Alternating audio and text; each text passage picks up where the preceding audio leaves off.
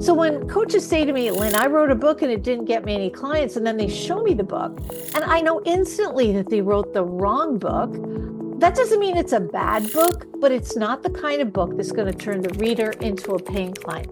Sure, it may have some nice stories in there and some inspirational words and some information that hopefully is not already on the internet, but it's not doing its job if by the end of the book, the reader isn't saying, oh my God, who is this person who wrote this book? I've never heard it this way before. I've never heard it explained this way before. And I've never heard it in a way that doesn't make me feel so bad about myself because I can't figure this out. So it's a very particular kind of book. And that's why I say it's short, sweet, in, out. It has a job, do the job, and then get out.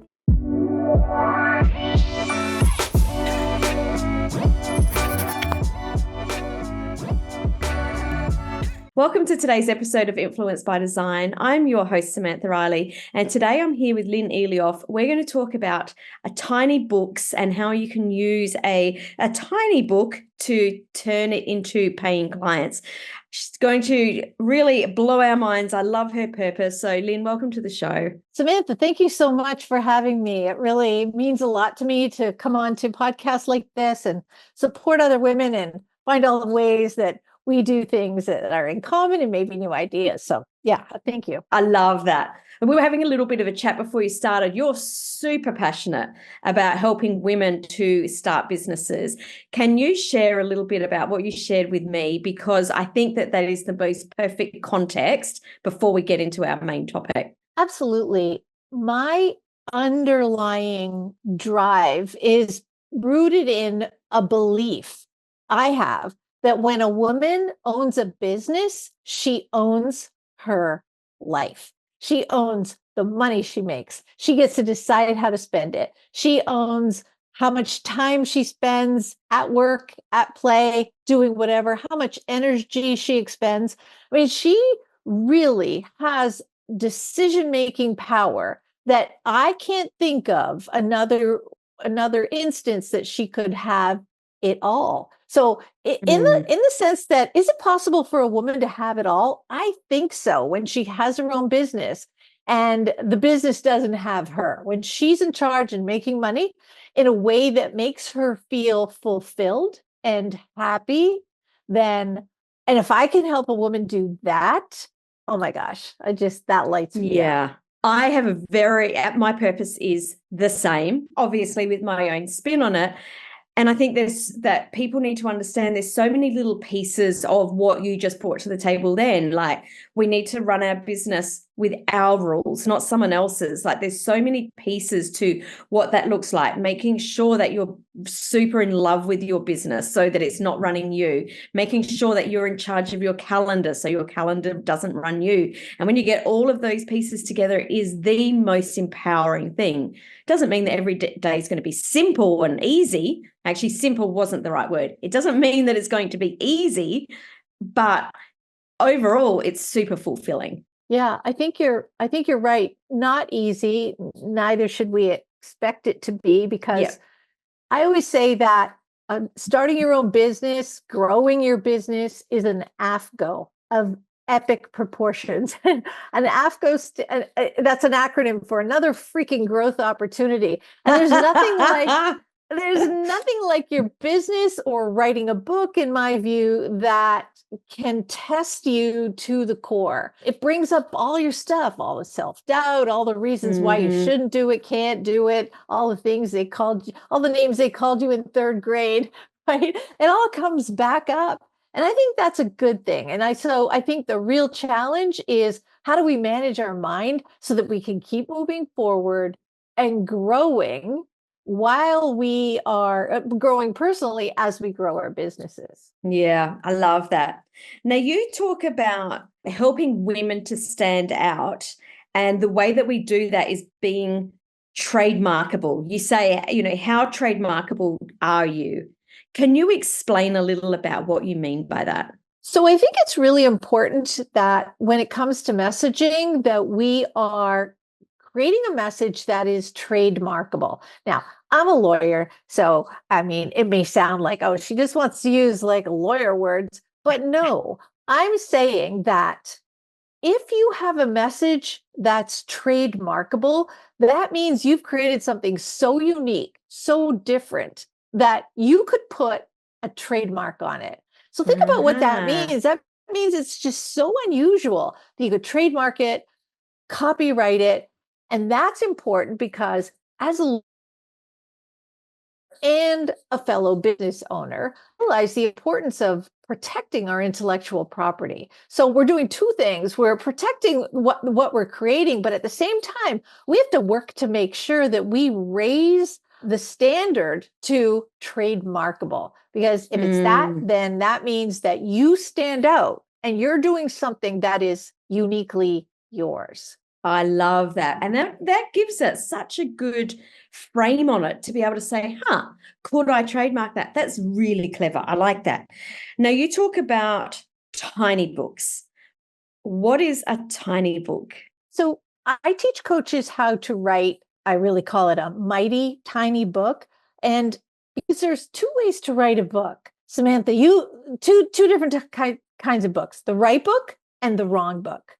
And so the right book is the kind of book that does what it's supposed to do. And in this case, we're writing books that will turn a reader into a paying client. That's it. That is the book's job. And to do that, we have to write something that's going to hold the reader's attention long enough to make them want to listen to what we have to say and then ultimately decide that they want to work with us.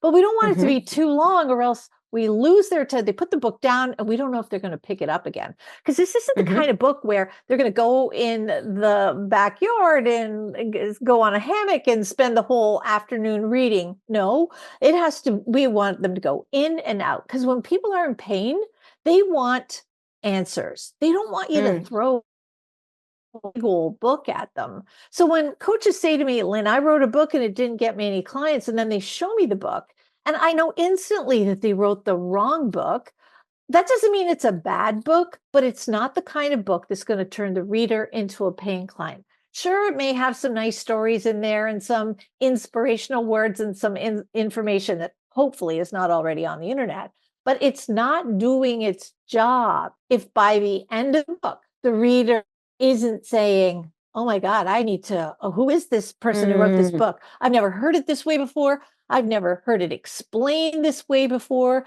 And I've never heard it in a way that doesn't make me feel so bad about myself because I can't figure this out. So it's a very particular kind of book. And that's why I say it's short, sweet, in, out. It has a job, do the job, and then get out. I love this. And straight away it comes to mind. A friend of mine gave me his book at an event that we were at, and it was so thin. And the very first thing I asked him was like, when he handed me this book, oh, wow, that's not got many pages. What made you decide to write a short book like this? And his answer was very similar to yours. This is specifically to get clients, and I'm talking about this framework. He said, but also it fits in a regular standard envelope, so I can send it through the mail without it costing me a fortune. And I'm like, that's clever. But his book was exactly what you're talking about. I picked it up. I read it in one sitting. It took me, I mean, I can't remember, but I'm pretty sure it was less than an hour. And I was like, oh my goodness, that was so good, because it was just specific around his topic. How do you help people to distill everything that they know into a book like that? Because the people that I work with, and a lot of the coaches I work with, are like, they're experts at what they do, and they've often done it for a long time. So the amount that comes out is huge. How do you get them to distill it into one little bite-sized book?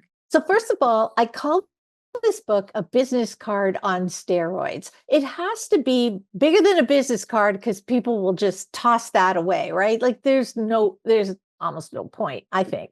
As soon as you turn around, someone's going to throw your business card in the trash. But a book, not so fast. They're going to at least be interested and want to flip through the pages to see what's going on.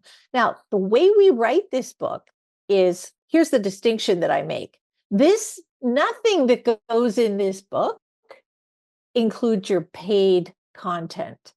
So I get it. You know a lot of stuff, you know how to teach a lot of stuff, but the mistake that people make is they put their paid content in the book. I was speaking to a woman the other day. She had a $10,000 program and she thought, well, I'll just distill that down into a book.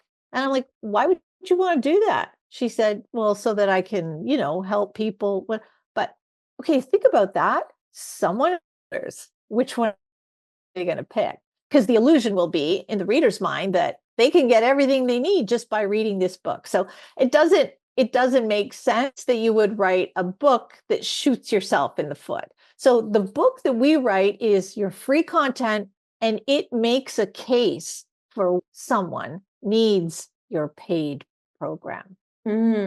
What are some of the considerations for someone that's listening to this that's thinking, okay, logically I understand that, but how do I do that? Like, what would be the first step to understand how to distill that down without giving the how, which is essentially what we get paid for? Right. So here's the thing, Samantha, and I don't know if I'm going to answer your question in the way that you might want it to, but someone comes into my program is that they work with me one-on-one.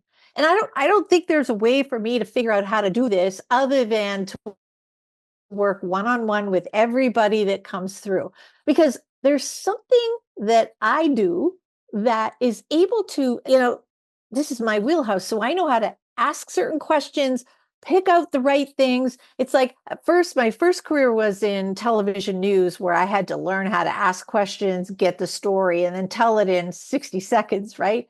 And then as a lawyer, again, learning how to ask questions to get the right answer. And so I think that skill somehow has come together for me to ask all the questions about all the ideas that you have in your head. And then I can somehow see which ones are relevant to this particular project, what we want to put in this book, and what belongs in your paid program, in a product, in somewhere else. And so I often hear people will say to me, how did you do that, Lynn? Because I've been working on this for the past year and a half, and we just did it in 90 minutes. And I don't always have an answer for that. Even my mom will say, where do you come up with this stuff? And I don't know, but I see it and we put it together.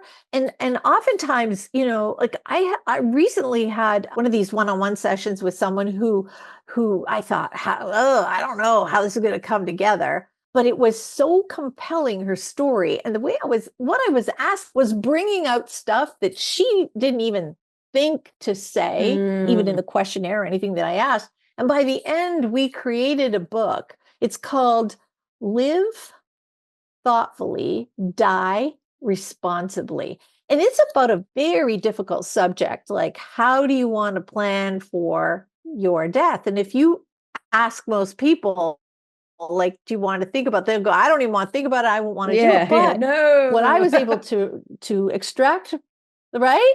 But then if I said to you, but Samantha, what if you died and your family, because you didn't plan things that you could have made decisions and you didn't, and that left your family feuding, some relationships broken for a year or more. In this case, this woman, she was in a feud with her sister that lasted for over a year. Her father went into deep depression because they couldn't agree. And so they couldn't just grieve. They were fighting. And so when we started to tell that story, and Johanna was telling it, people were like, okay, I understand. And so that's my ability to somehow make the point. And I guess I've been trained to do that. And so you don't have to have all the answers in how to put all this together. You just have to have the information that you have in your head, your expertise, your talking points, and then we together create this trademarkable message that becomes an entire book on which you can build an entire business. And it dovetails into your paid program. So it all kind of comes together. So you don't have pieces of a business anymore, but the book is like the mortar that holds all the bricks or the pieces of your business together. kind of cool. I love that. I love that. And, you know, when you were talking about that, I think that all of us find it so easy to do that thing in our genius zone, and we don't know how to explain what we do. And that is our true genius zone, right? When we're just like, oh, that's so easy. And so many people can get caught thinking that it's so easy for everyone, but it's not. When you've got a gift like you've got, it seems easy to you, and everyone else is like, wow, how did you do that? I wish I could do that. And that's super valuable. Well, and I think that, and I recognize that in my fellow business owners and coaches. I see things that they do. And when they come in and they're working with me, I learn so much from them. So yeah, they're learning from me, but for me, because personal development is as important as business development. I'm like a sponge learning from all of these women who come in with all their different expertise. And it just helps me learn and grow and get better at what I do. But it's hard to see, no matter how good you are at what you do, it's hard to see what other people see, right? Because you're behind your eyeballs. You're looking out. Correct. So you It's can't like you're see. in the weeds. Yeah. You're in it and you're like, I don't know, but I can't figure this out. Well, it's because you're back here and you need somebody out here looking at you and asking you questions, that kind of thing. Yeah, love that. For the people that work with you, your authors, how do they use that book? What I mean is, how do they get that out to their audience so that they get the right people in as clients? So the objective is to get as many people as possible to read the book. It's not a question of how many books can I sell, because you're not doing this to sell books and make. The book is $10 and you want to make $10,000 a month, you have to sell 1,000 books. But if you have a $2,500 program, you just have to sell that 4 times and let your book be that, sit at the top of the funnel and get people in. So what you really have to do is figure out what your funnel looks like, and then put your book to work, whether that's in paid ads or on a podcast. And if you had a book, you would be talking about it, and that could be your own ads, right? You can run ads in your podcast about your book, and so people are going to read your book, and then the next logical step will be to reach out and inquire about working with you. So it's like the book has a role in the funnel, and typically I think that it can sit right at the top and feed into your podcast, feed into your speaking opportunities, if that's what you want to do, feed into your paid ads, your Facebook group, whatever it is, the book is always there. So you want to get it out to people. And then once it's in their hands, it has a job to get them into wherever you want them to go. Love that so much. So for people that are listening that are like, okay, you've got me intrigued. I want to be in your world and learn more about what you do. Where can they go to find out more about you, or to stay in contact, or to follow you? How do they get into your world? Sure.